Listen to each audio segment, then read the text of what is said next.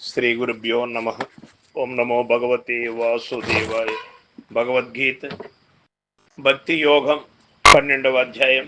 ఈవేళ మనం శ్లోకం 10ని ఎట్లా ఉందో పరిశీలన చేసుకుందాం.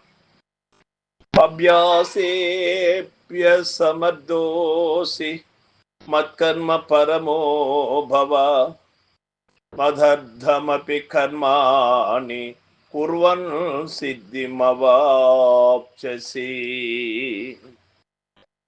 భగవానుడు చెబుతూ ఉన్నాడు, అర్జున, ఒకవేళ అభ్యాసము చేయుటయందును నీవు అసమర్థుడవైతివేని నా సంబంధమైన కర్మలు చేయుటయందు ఆసక్తి గలవాడువు కమ్ము. అట్లు నా కొరకు కర్మలను చేయుచున్న కూడా నీవు మోక్ష సిద్ధిని పడయగలవు అని చెబుతూ ఉన్నాడు భగవానుడు అర్జునుల ద్వారా యావత్ ప్రపంచమునకు.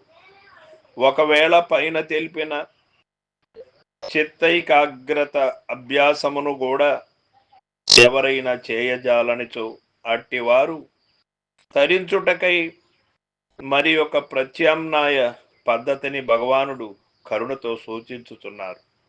మనో నిశ్చలత్వమును సాధింపలేని వాడు క్రమముగా దైవ కార్యములందును ధర్మ కార్యములందును పరోపకార క్రియలందును పరప్రాణులకు హితమనొచ్చు కార్యములందును ఆసక్తి కలిగి వానిని నిష్కామముగా ఆచరించుచు రావలయును.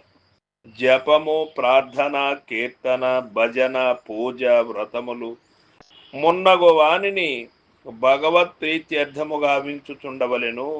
మత్కర్మ పరమోభవ అను దాని అర్థము ఇదియే. దానిచే చిత్తము శుద్ధము కాగా క్రమముగా జ్ఞానమంకురింప దానిచే మనుజుడు మోక్ష సిద్ధిని పడయగలడు. ఈ ప్రకారముగా కర్మాచరణము ఎట్టకేలకు ముక్తిని ప్రసాదించును. అతి సూక్ష్మమైన మనస్సును సంకల్పములను అరికట్టలేని వారికి ఈ కర్మ మార్గము ఎంతయో సులభతరమై ఉండగలదు. అయితే మదర్థం అని భగవానుడు చెప్పనే కాని త్వదర్థం అని చెప్పలేదు. కావున ఆయా క్రియలను దైవ ప్రీత్యర్థముగానే వనర్చవలెను గాని స్వార్థము కొరకు కాదు. నిష్కామముగానే ఆచరించవలను గాని సకామముగా కాదు. కుర్వన్ సిద్ధిమవాప్స్యసి అను వాక్యము ద్వారా కర్మయోగమును మోక్ష సిద్ధికి హేతువు కాగలదని స్పష్టమగుతున్నది. ఎట్లనైనా ఆ కర్మలు నిష్కామముగా దైవ ప్రీత్యర్థముగా ఆచరింపబడినచో చిత్తశుద్ధిని, తద్వారా జ్ఞానమును, తద్వారా మోక్ష సిద్ధిని అవి కలుగజేయగలవు. అయితే నిష్కామాచరణకు మాత్రమే ఇట్టి శక్తి కలదనియు సకామాచరణకు కాదనియు ఎరుంగవలెను. మనస్సును పరమాత్మ యందు నిలుపుటకై వలసిన అభ్యాసమును కూడా ఎవరైనా చేయజాలనిచో అట్టివారు తరించుటకు మార్గమేమి అనే ప్రశ్న మొదలైనప్పుడు వారు కూడా దైవ కార్యములను, ధర్మ కార్యములను, పరహిత కార్యములను నిష్కామ బుద్ధితో ఆచరించుచూ వచ్చిన క్రమముగా మోక్ష సిద్ధిని పడయగలరు అని భగవానుడు మనకు చాటతెల్లు చేశారు.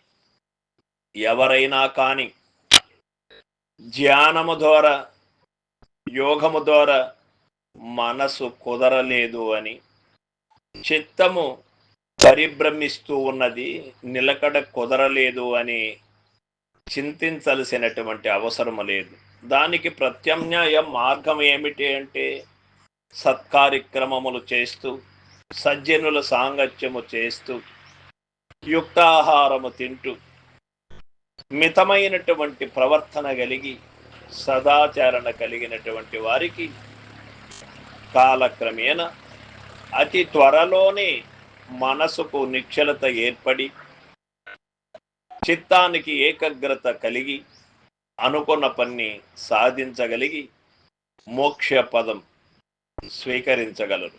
ఎవరైనా సరే ఫలానా కులము వాళ్ళు అని లేదు, వయస్సుతో పని లేదు, అర్హతతో పని లేదు.